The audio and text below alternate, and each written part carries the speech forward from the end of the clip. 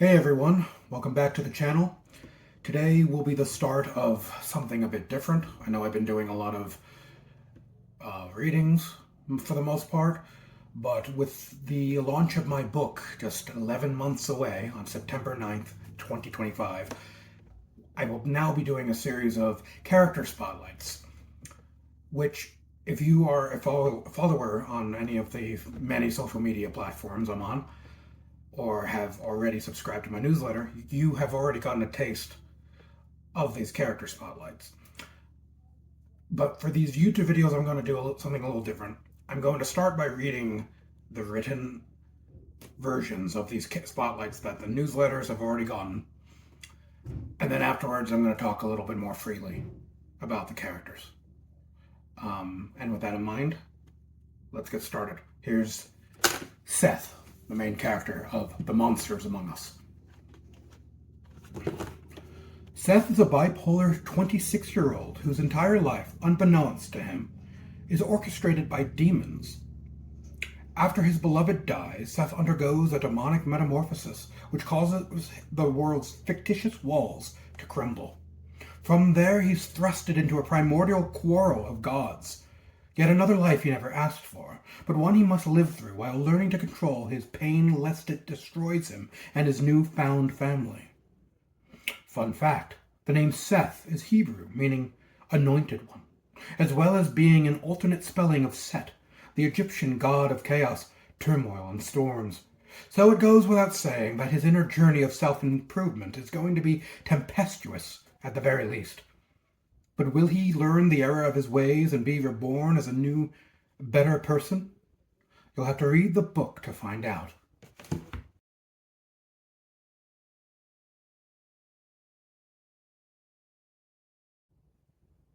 Okay, Seth. What can I say about Seth? Well, I suppose that we can't fully talk about him yet without giving a slight trigger warning, as we cannot talk about Seth without talking about neurodivergence, or, to use a term I don't agree with and do not like, mental illness. You see, mental illness, or with Seth's specific thing he deals with, bipolar disorder, these words imply that there's something broken about us, something inherently wrong. That's what disorder means, not right. That it implies that there's a norm that a person with these conditions does not follow, and then therefore they are bad. Now, I don't agree with any of these terms, for I subscribe to the notion that despite the struggles that come with neurodivergences, what also comes with them are beautiful gifts. And that is what Seth's journey is all about. Being treated like a monster and having to discover himself and redefine the values that are applied to his condition, to him as a person. Now, I understand that the modern era we live in is much kinder to neurodivergences than, say, 20 years ago when I was a child growing up. But they're mostly kind to anxiety, depression, ADHD, the ones that, and I'm not trying to slight anything, because these conditions all come with tremendous struggles, but these are the ones that are more widely known. They're seen in most people, and therefore they're being treated now as not a big deal. As, you know, in regards to, it's all right if you're anxious, if you're having trouble focusing, if you're depressed. We've all been there. That whole notion, and that is good that those conditions have been, adjusted to be seen that way. But the more, again, I'm not trying to compare, but the more serious conditions such as bipolar or borderline personality disorder or schizophrenia, any of the others. These are still largely viewed through a lens of fear. And I can tell you from personal experience that bipolar disorder, when found in a man, are especially viewed as fearsome, which is a thing that can really distort and damage a young mind growing up. And that is, in my own personal upbringing, is where I derived my inspiration for Seth as a character.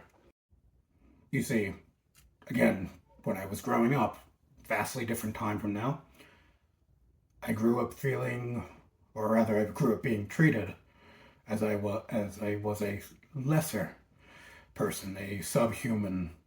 I was called names that I will not repeat here because they are wretched, vile, awful words that will without a doubt trigger a lot of you watching this.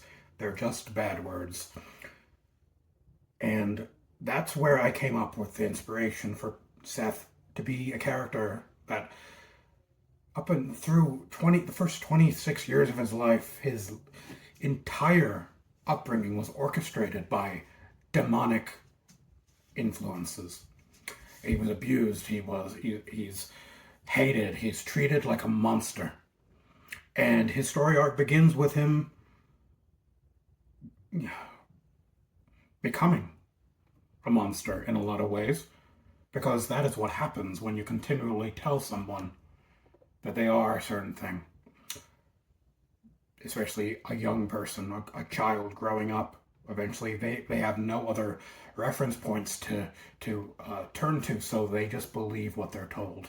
And this is what I was referring to as how damaging it could be, growing up with bipolar disorder while no one else understands what you're dealing with and no one takes the time to care. It's not a broken leg. It's not the flu. You're not going to get a feel better soon card. No, people just look down on you, or rather they did when I was a kid, and to some extent they still do now. So this inspired me not only to create Seth, but to write the monsters among us, because a core function of what I'm doing with this book is that, spawning from the thinking that how can I get someone to understand and empathize with something that is invisible? I came to the conclusion that I must take the monsters from within, the neuroses, all the darkness, all the chaos that comes from living with something like bipolar, and push it into the physical world. And without spoilers, that becomes possible when Seth shatters the illusion he's brought up to know and to find a world full of magic and supernatural horror awaiting him on the other side. It's through the means of magic that I convey these very abstract mental things that a person can experience. It's magic and the supernatural that act as a metaphor for forcing the reader to experience, to some degree, that which occurs within the mind of someone with bipolar disorder. And I do that by first making Seth a very empathetic character. Again, he's brought up being abused for 26 years. He knows nothing but pain. He has never experienced joy, not even once. And then he meets a girl, someone he falls very quickly, madly in love with, making him happy for the first time in his life. But then a mere few months later, she's forcefully taken away. And he arrives in hell, desolate and alone and in horrid pain, because after 26 years he was finally happy, only for life to dangle it in front of him and then rip it away. And it's through his upbringing that I wish the audience to empathize with him, put themselves in his shoes, see things from his point of view, and eventually watch the consequences of the accumulation of pain he has experienced for his first 26 years of his life, and then watch him overcome it and try to better himself. If you can, you're going to have to read the book to find out. But that's Seth. I mean, there's a lot more to him, but I'm intentionally trying to entice while not touching upon many plot points because, well, I'm not going to spoil it for you. I would like you to read the book and find out for yourself.